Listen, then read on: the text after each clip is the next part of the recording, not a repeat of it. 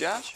Hey, buddy. Hey, good to see you again. Hey, It's been a while. you too. Yeah, how's it going? Yeah, this is Josh. You may not recognize him with his haircut and his beard cut, but doesn't he look a lot better? So we're jumping right in today. We've been off for a couple weeks, and I'm just going to say, ask the question, why do you care about what we're putting out from a content perspective? Maybe you do, maybe you don't.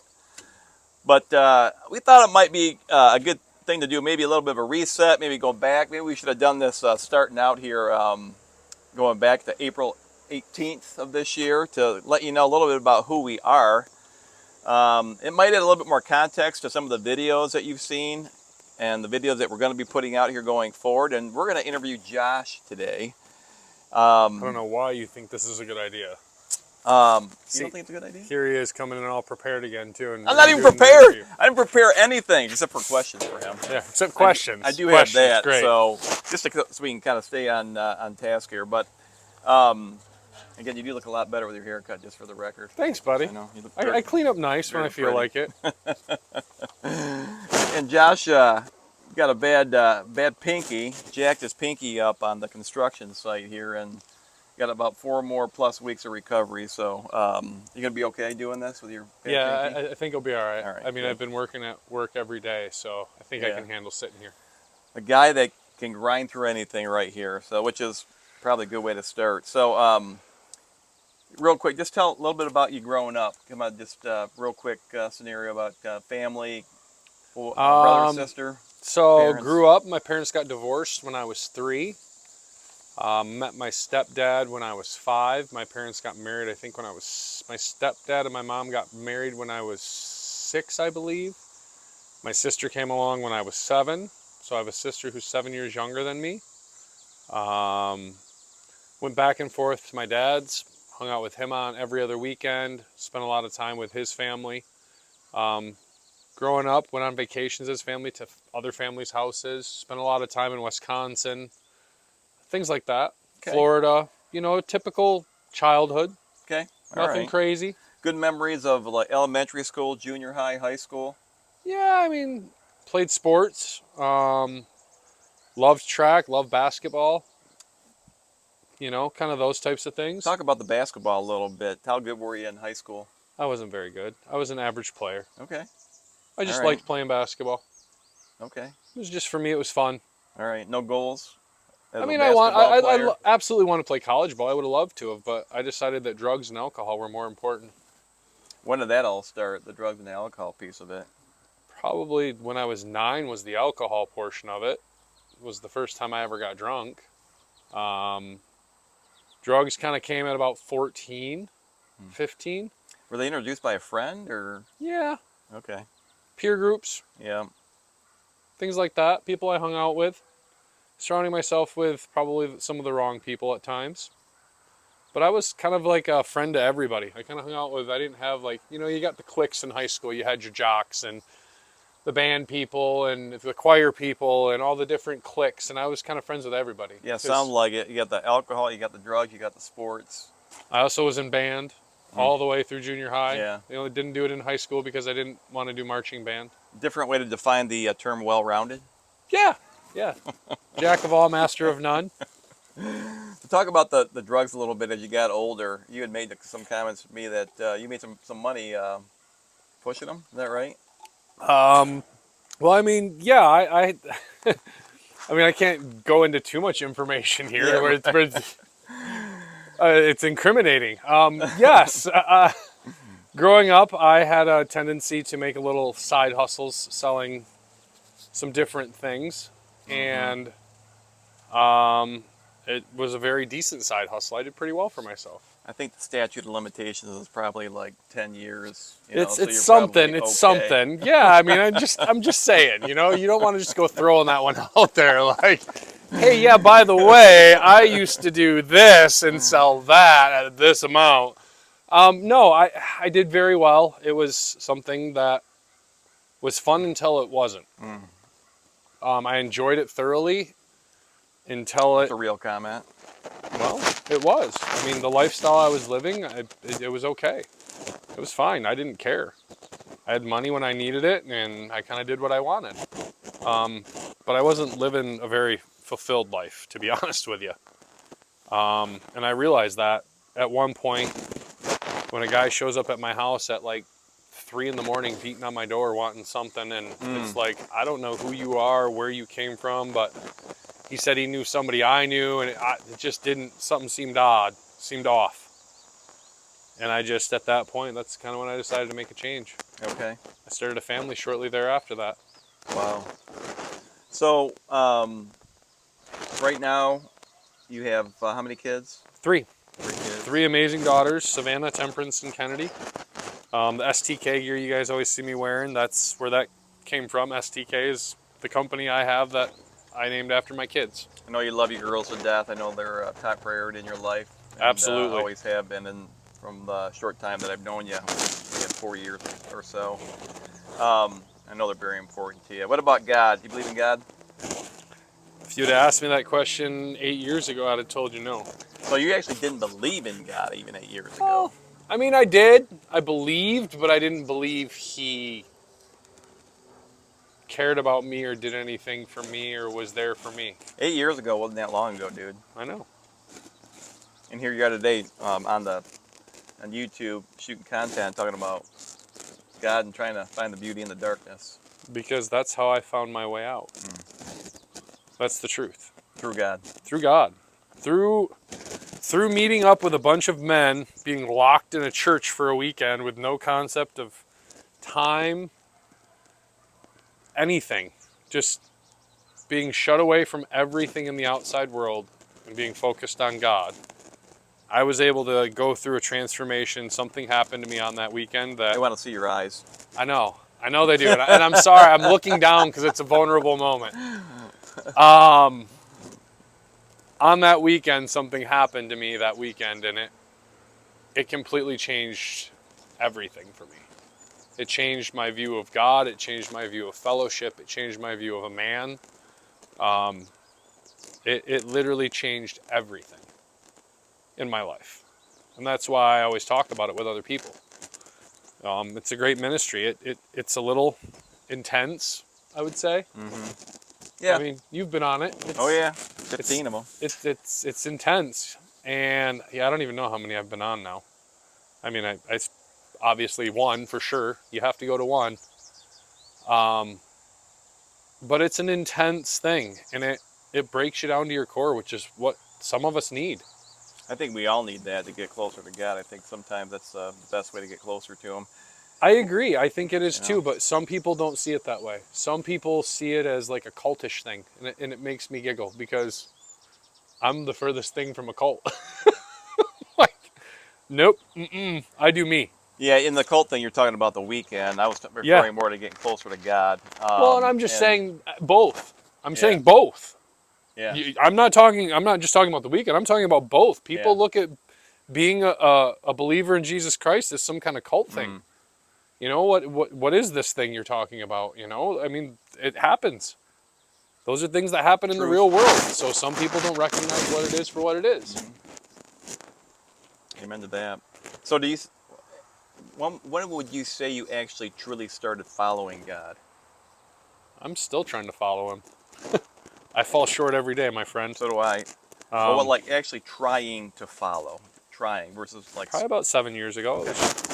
8 years ago, I think, was when my weekend was, and that's when everything changed. It might have been 9 now. Dude, I don't even know how long. I'm not even going to try to lie.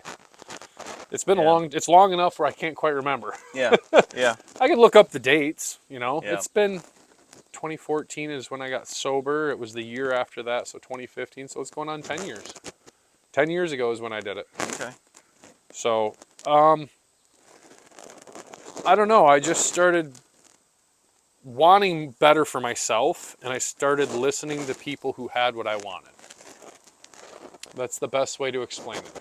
Yeah, you mentioned that before in some of our content that you there was something that you wanted you could see in other people. I'm going to go back to the question about God. Yeah. Best God moment on the spot. Name it right now. Best God moment. Dude, I've had so many. That's crazy to ask me that. First thing comes to your mind. The day I brought a guy home swerving on the road. And what was your God moment in that moment? So you see a guy swerving down the road. I'm on my way home from work one night, and there's a guy in front of me playing pinball with basically both sides of the road. He was bouncing between the ditches, not even just in his lane. I love the Josh anthem. Yeah, keep going. He's just pinballing it the whole way. And he misses like 3 different cars, and we come up to an intersection, and it's a 4-way stop, and he literally cuts down through the ditch, misses the stop sign, jumps a driveway, and starts heading the wrong direction down the road. So I chase him down, I get him to pull over, and I get him to stop, and I can just smell the booze on him. And I just said, bro, just get in my truck. Let me bring you, I don't care where you live, I don't care if you live 5 hours away, wherever you need me to bring you, let me bring you there. And it's not my favorite moment because I was able to talk about it or boast about it. It was my favorite moment because I was finally sober and able to be there. Mm. Like, I know what that guy had to have going through his head because I've been there. Oh, I got this. I got this. I'm fine. I'm fine. I'm not playing pinball. And he was. And he could have killed somebody. Could have killed himself. You know what? I wasn't so worried about him killing himself. If I'm being honest, that was his choice. I can't change people's choices. But when other people's choices start negatively affecting people around them like that, that's where I have a problem with it. And that's where you'd say you were as well, right? That's exactly where I was. Yeah. And that's my point. Like, if I want to chew, I'm going to chew. Okay? It affects me. But if I want to drink, when I drink, my drinking affects everyone around me. I don't drink properly. I don't know how to drink properly. It's just not who I am and not how I'm wired. 11 years clean? 11 years free of alcohol, my friend. Plus a few months. Yeah. Yeah. Yep. Yeah. So, fear, anxiety, or depression? What about all of them? What have you dealt with most, do you think? All the above. I deal with all of the above on a daily basis.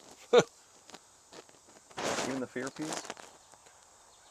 I'm not afraid of anything anymore. Yeah, fear is definitely not something that's in my book. Yeah. I would agree with that. The other parts, absolutely. Depression, anxiety, absolutely. I dealt with them for decades, and I didn't know how to deal with them properly. And I've learned over the years how to deal with them properly. So do I still have them? Yeah, absolutely. I have moments where I'm down, 100%. I have things that happen in my life that are sad, but that doesn't change who I am. I've known you for 4 years. I've never heard you complain about anything. And you won't. You know. And you won't. Maybe wanting relationships to be better. That's about really not complaining. No, and that's just talking. So, yeah. But right. You won't hear me complain about that stuff because at the end of the day, I have gratitude. I'm grateful for waking up. Something as simple as that. I am grateful for that because 11, 12 years ago, that might not have been the case. And yeah, that seems like a long time, but to me, it was the blink of an eye. It seems like it was just yesterday. Mm-hmm. I can remember my days of drinking. I can remember getting out of work early and being excited and going to the bar and sitting there until God knows what time of night. It's just not worth it anymore. Mm-hmm. I'd rather sit here on my back deck and look out at that. Oh, it's beautiful here. It is. Yeah. And I'd rather do that than go sit at a bar. Mm-hmm. For what? To waste my time and my money? Don't you think a lot of people are doing that, though? I mean, even people that are not, so I got to be careful saying this, because I was in this bucket here for a while, but I think there are a lot of people that are regulars that go, and again, I know there's a certain amount of fellowship when you're going to a bar, you see the same people. Oh, 100%, dude. You know, that's okay. There's nothing wrong with that, right? 100% I have that fellowship. You have your drinking buddies and you have your friends. Yeah. It's the reality of it. Mm-hmm. Yeah, and sometimes your drinking buddies can be your friends. Oh, 100%. Yeah. I'm not saying that. I'm just saying you have that fellowship at a bar for sure. Yeah. Yeah, but you've chosen obviously not to partake in that anymore. You know? It's not worth it to me. The things that could happen if I pick up another drink, it's the level of insanity that I could start living again is ridiculous. Mm-hmm. Like it is, and it's just not worth it to me. It's not worth going back to that life. Not even, do I miss it? Absolutely. I'm not gonna lie and say I don't. If you think I don't have days like today where it's hot out, I would love nothing more than to come home and have a nice ice cold Corona. It was like one of my favorite things. Just one. I don't even need 5. Yeah. Just one nice ice cold Corona. When I got home, threw a lime in that bad boy. Oh, I miss it. Fall, I miss Oktoberfest. Spring, I miss Oberon. I do miss those things. But what I don't miss is the negative effects it had on my life. And it's not worth trying again to see what's going to happen. Because you can affect so many people. I could grenade my kids' lives. The last time I drank, I almost left them without a dad. Like, it doesn't get much worse than that. 162, was that the number on your motorbike after Yeah. drinking 2 fists of Crown Royal. You finally got the numbers right. You did. And the alcohol right. But you're still here. Yeah. And, it was And I even got it tattooed right there on my body to remind me every day when I look in the mirror. 162. I don't think you've shown that to the crew yet. You're pretty ripped. Yeah, 162 with the Crown Royal emblem. That way I never forget it. I look at that every day. That's why I did it. To remind myself every day why I will never touch another drop. Do I miss it? Oh, absolutely. Especially when I'm out on like golf outings with my buddies and they're all taking shots of Crown and I'm like, oh. Just one? Yeah. No, because one will never be enough. Yeah. One will never be enough. Well, I commend you for overcoming that. Obviously, it's day-to-day, I'll say battle. It is. It's the right word to use. It's a fair assessment, but once you get right, it's not a battle anymore. That's right. Like, I don't fight it. There's nothing to fight because... You got somebody with you fighting it? Every day. Who's that? Little God, my friend. Little good orderly direction and some God by my side. It's the only way to make it because you can't do it alone. I tried. Didn't work. I think that's where we get kind of caught up too. Anytime we try to do anything alone, we're struggling. I think we're gonna have a really hard time trying to figure out. And that's the thing. I've been fighting my whole life. 90% of my life, I feel like I've been fighting it alone. Yeah. Even when I was married, I felt like I was fighting it alone. It's like going the wrong way in a riptide. Yeah. You know, I mean, there's no way No matter how hard you fight, all you do is make it worse by trying to do it on your own. And that's how I felt for a long time. And it wasn't until I was willing to let go of all those resentments, the anger, the hurt, just the trash in my life that I created, that others created. It wasn't until I was willing to let all that go that my life started getting better. I was told something when I went into AA, that my life would get better in ways that were unimaginable and unexplainable as long as I just followed the steps. And I was like, yeah, okay, whatever. Bunch of drunks, what the hell do you guys know?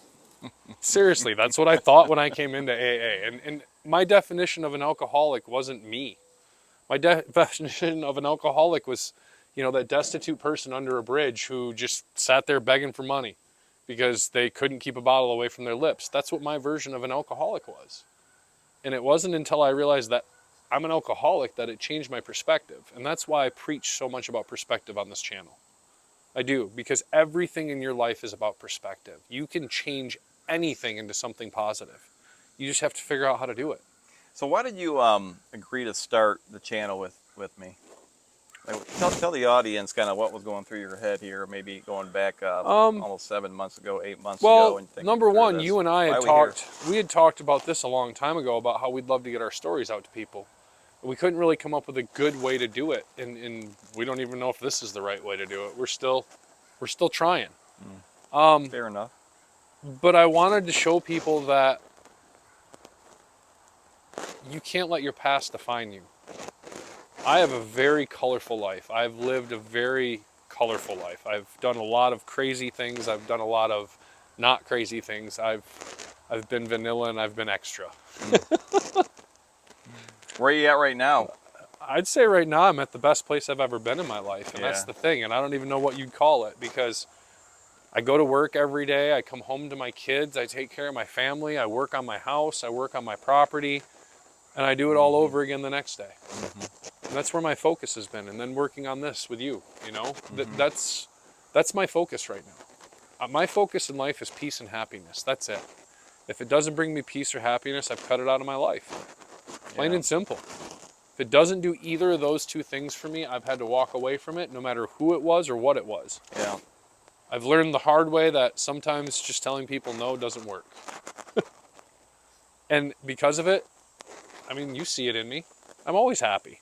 For the most part, I mean, every now and then I'll have a bad day, but that's normal. We're supposed to have good and bad days. So I had a good friend of mine who watched one of these videos, and he said, you really need to kind of start out with, in your videos, what's in it for me? Meaning, what's in it for the viewer? For the viewer, and yeah. My hope is that, to use your term, our hope is that, this interview today with Josh gives you more perspective around who he is and kind of where he's come from and where he's coming from. As we continue to shoot more of these videos, bring on actually people who have been through major struggles in their life, which we will do going forward. But any last comments to our viewers out there? Just know that your past doesn't define you. And there's a reason your rear view mirror is so small and your windshield's so big. You can do anything. Anything's possible with God by your side and with a little hope and a little prayer. Because I've turned my life around to somebody I don't even recognize anymore. And not in a bad way, but in a good way. I'm someone who follows his word. I may be a little bit outspoken and have a little bit of a sailor's tongue from time to time, but for the most part, God is the most important thing next to my family. And for me, it goes sobriety, God, and family. And the only reason I put sobriety before God is because without sobriety, I don't have the other two. Wow.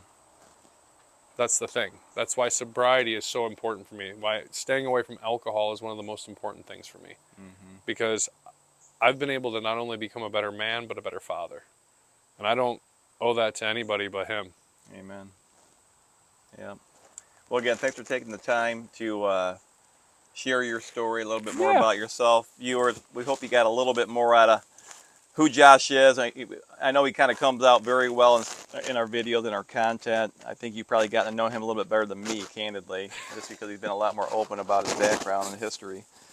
And again, this was Finding Hope in a Suffering Society. I'm Rob. I'm Josh. And we're here to help you find the beauty in the darkness. We'll catch you on the next video. See you guys.